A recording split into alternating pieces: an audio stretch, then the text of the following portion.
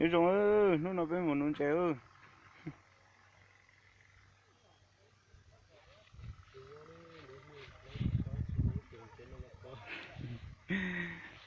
nón trẻ về tụi phi ơi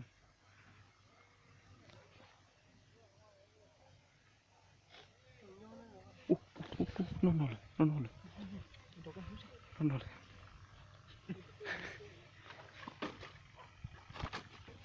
nó tìm không tôm em có tụt chít to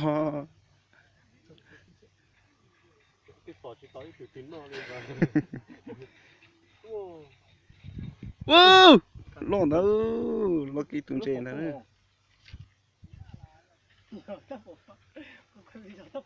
ô lúc phổ bông thì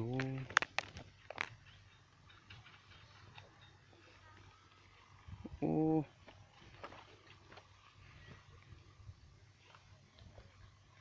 để mua lại chiều nó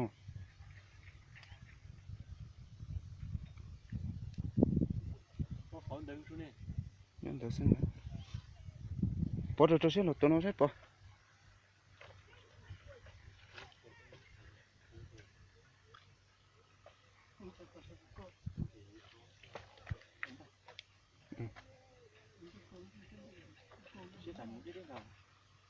ít lượng mà mong tôi xem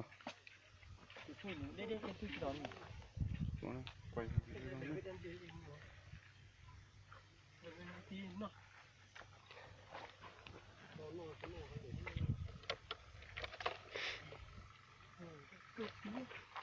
chị ba xin được cái gì lần nào đến tối cái chả phải có con ăn.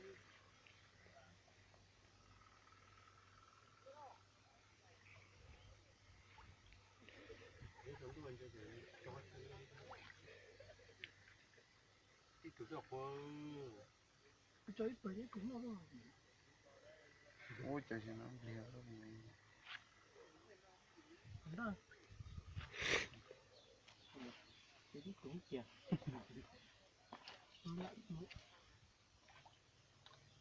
Chị khóc cái gói vậy? Khóc cái gói động. Nếu có những mà nó kệ. dụng luôn mà không Có một động tổ chức tôi chuyện. chủ đề cho này tôi chủ đề nha mình chấm nước cá con chủ của mình biết là thế nào vậy đấy Nó sẽ mò mẹ đây thôi. ồ thì chú khô ngu thế này tuyệt đấy như sáng tạo đấy mình Chúng ta tình nguyện mất động cá. Tụi nó biết từ giờ lo này.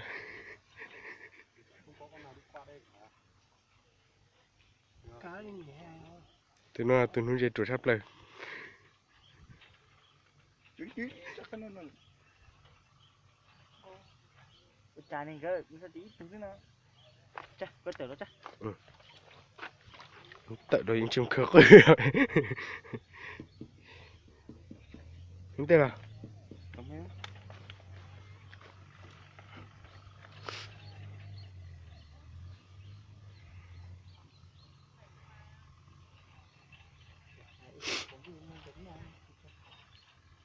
Vịnh Hạ Long mà nó có tiền tiền đấy.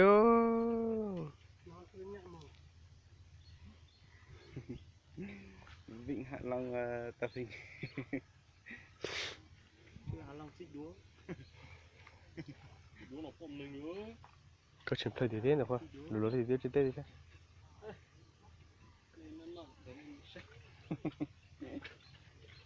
Tôi thấy sai, tôi như chẳng như tôi nó.